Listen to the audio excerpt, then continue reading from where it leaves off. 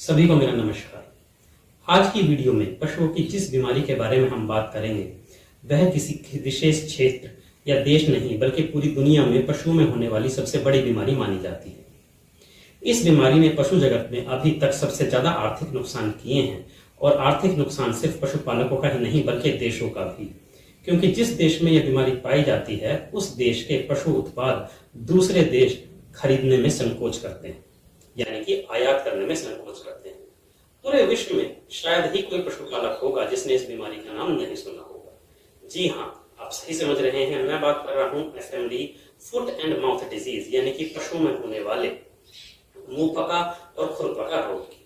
मैं डॉक्टर दीपक सैनी आज की इस वीडियो में FMD डिजीज की विस्तार से चर्चा करूंगा और आपको FMD के बारे में कुछ ऐसे तथ्य बताऊंगा जो शायद आपने आज तक नहीं सुने होंगे, इसलिए आपसे अनुरोध है कि वीडियो को पूरा देखें। FMD उन सभी पशुओं में होती है जिनके पैर दो खुरों से बने हुए होते हैं, यानी कि क्लोवन फुटेड एनिमल्स, जैसे कि गोवंश, भैंस, भेड़, बकरी, सूअर, ऊंट और इनके अलावा जंगली जानवरों की लगभग 70 प्रजातियां, जिनमें से जिराफ भी एक है। फुट एंड माउथ डिजीज एक वायरस यानी कि विषाणु के कारण होती है, एप्थोस वायरस, जो कि एक प्रकार का पिकोरना वायरस है। आकार के हिसाब से देखें तो जीव जगत में पाए जाने वाला सबसे छोटा वायरस पिकोरना वायरस होता है। और ये कितनी अजीब बात है कि सबसे छोटा वायरस ही पशुओं में सबसे बड़ी बीमारी का कारण बन रहा है।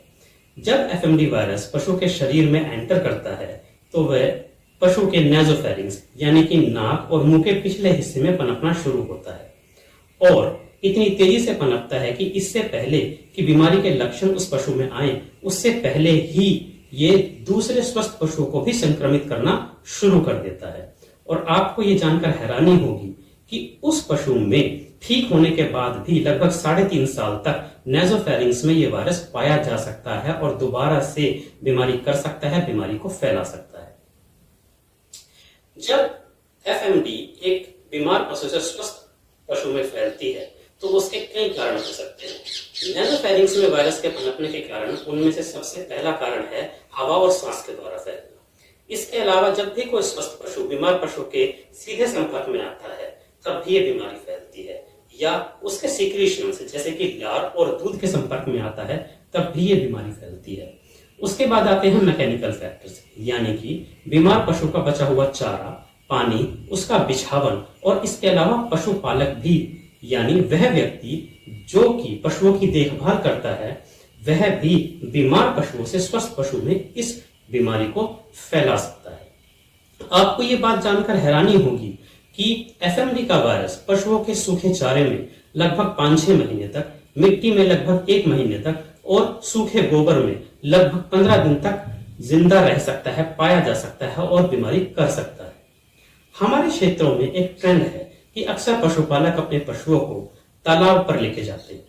इसके अलावा पशुओं का बचा हुआ चारा भी खुले में कूड़े के ढेर पर डाल दिया जाता है। ये दोनों ही मुख्य कारण बनते हैं जब ये बीमारी फैलती है तो बहुत तेजी से फैलती है। इसके अलावा हमारे कुछ पशुपालक जो गांव से थोड़ा दूरी पर खेतों में या ढाणियों में अलग से रहते हैं, उनके पशु भी हवा से इस बीमारी के फैलने के कारण पूरी तरह से सुरक्षित नहीं है। जब फुट एंड माउथ डिजीज होती है तो सबसे पहले इसकी शुरुआत बुखार से होती है। हल्का बुखार यानी कि 103 डिग्री फ़ारेनहाइट से लेकर बहुत तेज बुखार 106 डिग्री फ़ारेनहाइट तक हो सकता है। उसके बाद मुंह में बहुत ज्यादा लार का रिसाव होता है और कई बार ये लार इतनी ज्यादा होती है और इतनी गाढ़ी होती है कि मुंह से लेकर जमीन तक पशु के मुंह से लटकती रहती है तार की तरह। और जब पशु मुंह खोलने की कोशिश करता है तो उसके मुंह से स्मैकिंग यानी कि चप चप की आवाज आती है। उसके बाद उसके पैरों में, खुरों के बीच के हिस्से में और कोरोनेट एरिया यानी कि पैरों का वो हिस्सा जहां पर खुर खाल के साथ आकर मिलते हैं वहां पर सूजन आ जाती है और सूजन आने के कारण पशु अपने पैरों को झटकने लगता है और उसके बाद उसे चलने में समस्या आती है। उसके बाद मुंह और पैर में छाले होते हैं। छाले बनने के 24 घंटे के अंदर फूट जाते हैं, इसलिए अक्सर ऐसा होता है कि छाले क्लियरली नजर नहीं आते। छालों के फूटने के बाद जो घाव बनते हैं जब मुंह में ये घाव बनते हैं तो उसके कारण दर्द होता है और पशु चारा चरना छोड़ देता है। और पैरों में घाव बनने के कारण सेकेंडरी बैक्टीरियल इन्फेक्शन यानी कि और जीवाणुओं का भी इन्फेक्शन पशु में हो सकता है। यही कारण है कि पैरों के घावों को भरने में ज्यादा टाइम लगता है। हालांकि मुंह में छाले फूटने के बाद जो घाव भरे हैं वो जनरली 10 से 12 दिन के अंदर भर जाते हैं।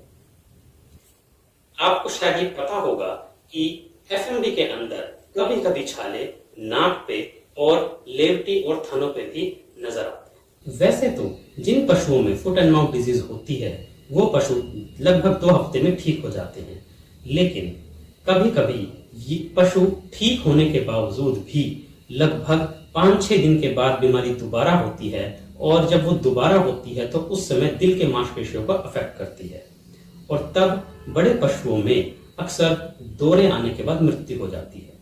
हालांकि बड़े पशुओं के अंदर एफएमडी में मृत्यु दर काफी कम है, लेकिन कभी कभी पशुओं को पूरी तरह से ठीक होने में 5 से 6 महीने भी लग जाते हैं। और यही नहीं, ठीक होने के बाद भी उनमें और समस्याएं रहती हैं, जैसे कि समय से नए दूध ना हो पाना, दूध की पूरी क्षमता पर ना पहुंच पाना, शरीर पर घने बालों का उगना। और ये सब होता है क्योंकि यह वायरस उनकी हार्मोन की ग्रंथियों को भी इफेक्ट करता है, और इसी कारण से ऐसे पशुओं में गर्मी झेलने की क्षमता भी बहुत घट जाती है। और जब बहुत ज्यादा गर्मी का मौसम होता है तो ऐसे पशु अक्सर हाँफने लगते हैं और उन्हें पैंटर्स कहा जाता है। हालांकि मैंने आपको बताया कि एफएमडी में मृत्यु दर कम है, लेकिन एक थोड़ी सी घबराने वाली बात है, क्योंकि छोटे पशुओं में जैसे कटड़े कटड़ी, बछड़े बछड़ियों में बीमारी के लक्षण आने से पहले ही दिल की मांसपेशियां अफेक्ट हो जाती हैं, और इस कारण से पशु अचानक मर जाता है, सिर्फ छोटा पशु।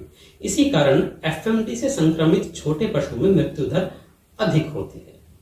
उसके बाद चलते हैं दोस्तों, इस बीमारी यानी कि एफएमडी में इससे निजात कैसे पाई जाए, इसके बचाव और इसका इलाज। जैसा कि मैंने अपनी बाकी की वीडियोस में भी स्ट्रेस दिया है कि पशुपालन में हमेशा जोर बचाव पर ही रहना चाहिए, क्योंकि पशुपालन व्यक्ति करता है कुछ पैसे कमाने के लिए। और अगर आप ये सोचेंगे कि जब बीमार होगा तब इलाज करा लेंगे, तो जो आपने पैसे कमाए हैं आपका वो खर्चा होगा।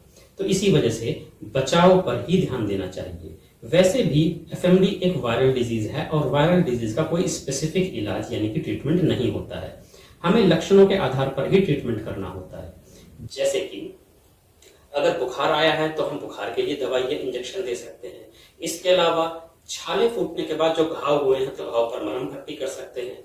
उसके बाद जिस प्रकार का भी लक्षण आ रहा है, मान लीजिए डिपेंडेंट बॉडी पार्ट्स में एडिमा हो रहा है तो एडिमा के लिए ट्रीटमेंट कर सकते हैं। पशु चारा नहीं चल रहा है तो भूख की दवाइयां दे सकते हैं।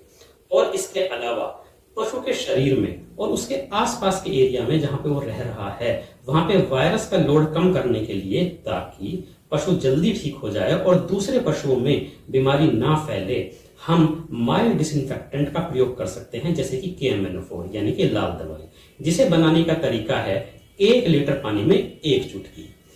इस प्रकार से बनाने के बाद आप एफएमडी से हुए घाव को दिन में 4 बार KMNO4 के इस सॉल्यूशन से धोएं, और जहां पे वो रह रहा है यानी कि जो पशु बाड़ा है, पशु का थान है, उसकी भी सफाई करने के बाद वहां पर भी पोटेशियम परमैंगनेट सॉल्यूशंस का छिड़काव करें या उसे धोएं। इससे पशु जल्दी रिकवर हो पाएगा।